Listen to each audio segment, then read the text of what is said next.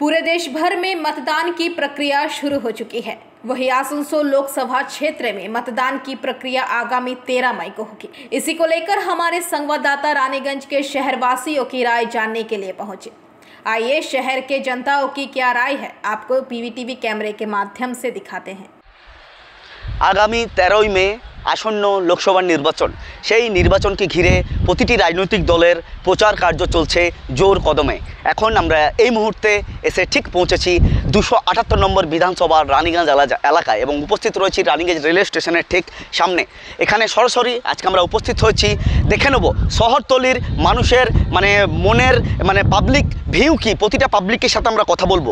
জোর কদমে প্রচার কার্য চলছে এবং আপনাদেরকে জানিয়ে রাখি আসন্ন 13 মে যে লোকসভা নির্বাচন সেই নির্বাচনের টিএমসি সর্বভারতীয় তৃণমূল কংগ্রেসের আসানসোল লোকসভার প্রার্থী মশহুর কলাকার এবং অভিনেতা শত্রুঘ্ন সিনহা মহাশয় এবং কংগ্রেস সমর্থিত বামপন্থীর যে মনোনীত প্রার্থী জাহারানা খান মহাশয়া, এছাড়া রয়েছে ভারতীয় জনতা পার্টির যিনি প্রার্থী লোকসভার প্রার্থী উনি হচ্ছেন সুরেন্দর সিং আলুওয়ালিয়া মহাশয়। আপনারা আমাদের পিপিটিভি ক্যামেরার মাধ্যমে বেশ কিছুদিন ধরে দেখছেন প্রতিটা রাজনৈতিক দল প্রচার কার্য জোর কদমে চালিয়ে যাচ্ছে। কিছুদিন আগেই সর্বভারতীয় তৃণমূল কংগ্রেসের যিনি সভাপতি রয়েছেন অভিষেক বন্দ্যোপাধ্যায় এক বিশাল জনসভায় এসে প্রচার কার্য চালিয়েছিলেন শত্রুঘ্ন সিনহা মহাশয়ের সমর্থনে। এবং কালকেই ঠিক আমাদের পিপিটিভি ক্যামেরার মাধ্যমে আপনারা দেখলেন মশহুর বিখ্যাত ভারতীয় রাজনীতিবিদ গায়ক এবং ভোজপুরি চলচ্চিত্রের শীর্ষ নেতৃত্ব মনোজ তেওয়ারি মহাশয় এসে পৌঁছেছিলেন, সাথে ছিলেন মনীষ কাশ্যপজি। আপনারা সেই বাইক র্যালিও এবং তাদের যে র্যালি সেই র্যালিও আপনারা দেখলেন। সেই র্যালিটি ছিল বিজেপি মনোনীত প্রার্থী সুরেন্দর সিং আলুওয়ালিয়ার সমর্থনে। এছাড়া প্রচার কার্য চালাচ্ছে বামপন্থীরা জোর কদমে। জাহারানা খানের প্রচার চলছে জোর কদমে শহরতলির বিভিন্ন এলাকায়, বিভিন্ন বুথে, বিভিন্ন ওয়ার্ডগুলিতে। আসুন আমরা সরাসরি কথা বলে নেব যে পাবলিক ভিউ কি, তারা কি চাইছে এবং তারা কাকে কি হিসাবে কাকে বেছে নিতে চাইছে, তাদের মনের কথা, যেটিকে আমরা বলবো মনের কথা, পাবলিকের মনের কথা আপনাদের সামনে আমাদের পিপিটিভি ক্যামেরার মাধ্যমে তুলে ধরবো। मई को जो आसन्न लोकसभा निर्वाचन है तो आपका बीजेपी का तरफ से, सीपीआईएम का तरफ से, टीएमसी का तरफ से प्रार्थी खड़ा हुआ, प्रचार कार्य भी चला रहे हैं। तो आप लोग किस वार्ड में रहते हैं? वार्ड नंबर हम लोग का 89। कैसे क्या आप लोगों को क्या लगता है, किसको क्या हुआ? आपका जाकर के नली का काम हुआ, रोड का काम हुआ, टीएमसी का तरफ से सब काम हो रहा है। शत्रुघ्न सिन्हा खड़ा हुए हैं हमारे तरफ से, उसका भी काम हो ही रहा है यहाँ पर। और कहने का मतलब है बनाना तो ईश्वर में सबको चाहता है कि मिलजुल करके सरकार चले, लेकिन सबको बनाने का बाद काम नहीं समझ में आने से जनता खुद परेशान हो जाती है। यही कारण से नहीं हो पाता है। तो लगता है 44 सीटों में ममता दीदी की ज़्यादा सीट रहेगी। ये बंगाल में, पश्चिम बंगाल में उसका काम बहुत से लेडीज़ को 2024 का जो लोकसभा का वोट है 13 में आसनसोल लोकसभा का, किसको क्या लग रहा है आपको इस बार क्या हो सकता है?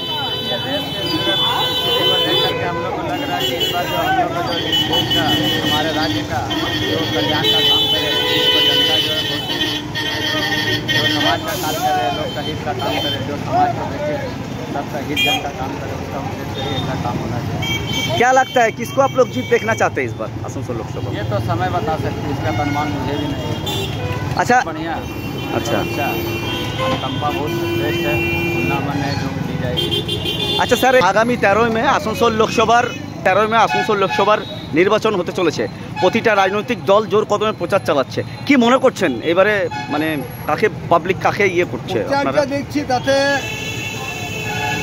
লাল পার্টির প্রচার সব থেকে বেশি, এবং লাল পার্টি যে প্রচার করছে তাতে প্রচারের একটা ধরন আছে। 2 নম্বর জাহারানা খান যে প্রার্থী, তিনি হচ্ছেন আমাদের লোকাল মেয়ে রানীগঞ্জের। তিনি রানীগঞ্জ টিডিপি কলেজে পড়াশোনা করেছেন আমরা যতদূর জানি, এবং জামুলিয়ার দুবারের এমএলএ 11-16। আর এই যে অন্য যে দলগুলি বলছে, ঠিক আছে, এটা কী করে মানুষকে ভোট দিতে আমরা খুঁজে পাচ্ছি না। এত জিনিসের দাম, এত মূল্য বৃদ্ধি, আজকালকার দিনে 40 টাকা 35 টাকা কিলো আলু, 50 টাকা কিলো পেঁয়াজ, তেলের দাম তো সবাই জানে, পেট্রোল ডিজেল এক নম্বর। 2 নম্বর হচ্ছে এই যে এসএসসি যেটা হলো, এত বড় দুর্নীতি, যেটা যোগ্য যারা, তারা আজকে তার মা বাবা অনেক কষ্ট পড়াশোনা করতে চাকরি পেয়েছে, যোগ্যদের চাকরি গেল, টাকা পয়সা দিয়ে গেল। একদিকে sir door to door campaigning করছে, প্রকল্পগুলো নিয়ে কি বলতে চাইছেন? যে আসন্ন লোকসভার নির্বাচন, আসানসোল লোকসভার, তো ওই বিষয় নিয়ে কি বলছেন? বলছি আমাদের এখানে মোটামুটি টিএমসি ভাগ বেশি আছে, আর শতরঞ্জন সিনহা জিতবে, এটা শিওর আছে। কিছু 19-20 হতে পারে, কিন্তু শিওর শট আছে কি শতরঞ্জন সিনহা আমাদের জিতছে। এতটা শিওর কিভাবে? যদি আমরা এত কাজ করেছি, লোকের জন্য কাজ করেছে দিদি। ধরে নাও আজকে বলছে মানুষ কি 1000 টাকাতে কি হবে, তো ব্যাপার হচ্ছে যে মানুষ একটা দেখবেন গরিব লোক ঘরে বার্তান ধুয়ে ওটা 500 টাকা পায় সারাদিন কাজ করলে, কিন্তু ওটা বসে বসে দিদি 1000 টাকা দিচ্ছে, স্কলারশিপ দিচ্ছে, ছেলেদের স্মার্টফোন দিচ্ছে, অনেক রকম ফেসিলিটি দিচ্ছে। বাগবোর্ড সরকার ছিল তো কে দিয়েছে? ওটা ঘরে ঘরে গিয়ে 2 টাকা 5 টাকা করে চাঁদা নিত, আজ পর্যন্ত কিছু দেয় নাই 34 বছরে। কিন্তু দিদি অনেক কিছু দিচ্ছে, আর যারা দিদিকে ভোট দিবে না তারা বেমানি করছে, এটাই আমাদের। একাধিক আসন্ন লোকসভা নির্বাচন, আসানসোল লোকসভার 13ই মে, কাকে চাইছেন, কি মনে হচ্ছে এবারে? চাইছি যে ভালো কাজ করে তাকেই চাইব। ভালো কাজ তো দুটাই সরকার এখন করলো না, টিএমসি পার্টির আর নেতারা সব পেপার মিলকে বন্ধ করে 400-500 ওয়ার্কারকে বেকার করে দিল। তারপরে যারা রিটায়ার করলো তাদেরই পয়সা পাওয়া গেল না, এখন কোনো নেই, ওয়ার্কাররা সব বেকার হয়ে গেল।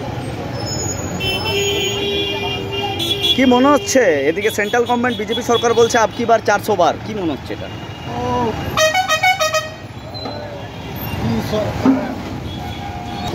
কোনো কাজ নেই তো, মোদী সরকার কত লোককে কাজ দিয়েছে, সরকার তো ওইরকমই আছে, সেন্ট্রাল সরকারও ওই আছে আর আপনার বেঙ্গল সরকার দুটাই একই আছে। जैसे काम तो था। रानीगंज से सम्राट दास की रिपोर्ट, PVTV न्यूज़।